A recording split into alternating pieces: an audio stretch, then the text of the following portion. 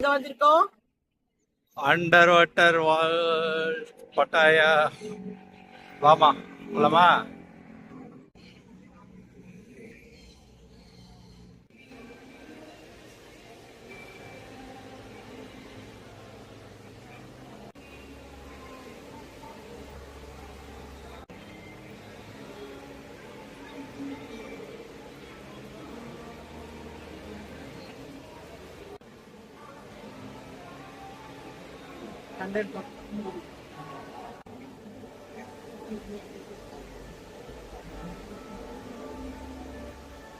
வாமா ஆத்தி உள்ள போலாமா?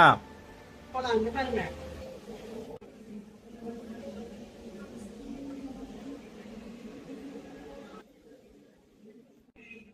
என்னது? Line fish.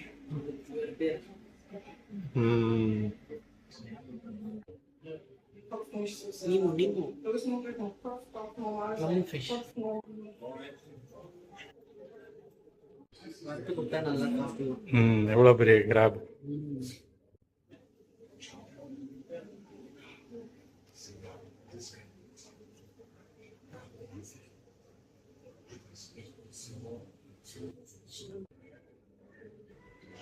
Line fish.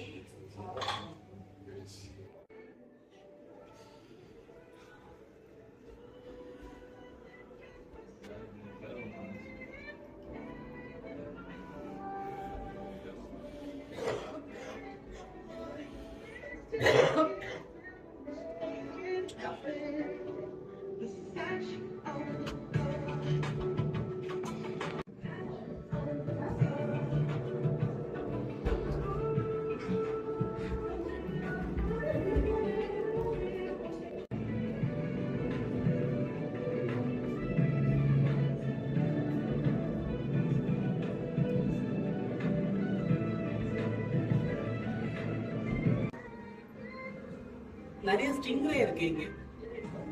ஆமா,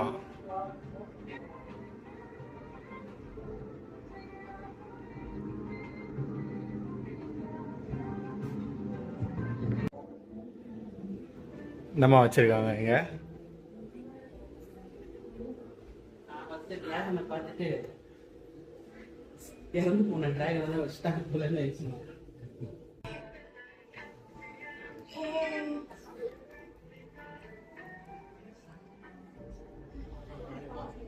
Das ist übrigens Lester.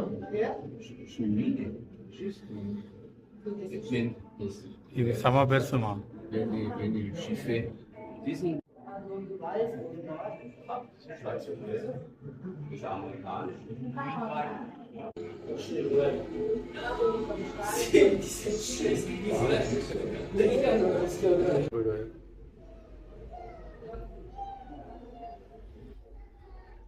Stingray வருது பாரு.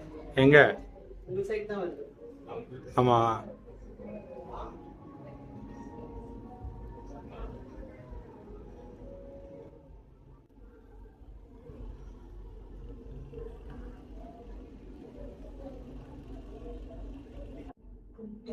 இதுக்குள்ள இருக்கிற மீன் பேர்லாம் காமிச்சிருக்கலாம், போட்டுருக்கலாம். ஆமா செம பெருசா இருக்கு. ஆமா பாருங்க, ஆமா. எங்கம்மா?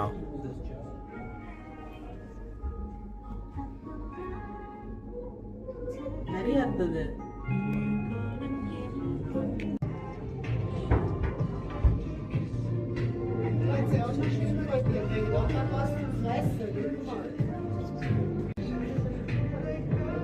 ஆத்தி இங்க பத்தியா எமர்ஜென்சி எக்ஸிட். ஏதாவதுனா நம்ம இப்படி தான் ஓடி ஆகணும். என்னவா? சரி, இன்னைக்கு நம்ம டே எப்படி போச்சுன்னு சொல்லுங்க. இன்னைக்கு ஃப்ளோட்டிங் மார்க்கெட் போனோம், அது நல்லா இருந்தது. ஆனால் இந்த அண்டர் வாட்டர் வேர்ல்டு போனது வந்து ரொம்ப ஷார்ட் தான் முடிஞ்சிருச்சு. பார்த்தீங்கன்னா மொத்தம் இதே ஒரு 30 மினிட்ஸ் தான் பார்க்குற மாதிரி இருந்தது. இதுக்கு முன்னாடி நாங்கள் ஒரு 3-4 இது மாதிரி அண்டர் வாட்டர் வேர்ல்டு அக்வேரியம்லாம் போயிருக்கோம். சென்னை விஜிபிலே இருக்குது. விஜிபிலே பெருசாக வச்சுருக்கிறாங்க, நிறையா மீன்லாம் வச்சுருக்கிறாங்க பெருசு பெருசாக.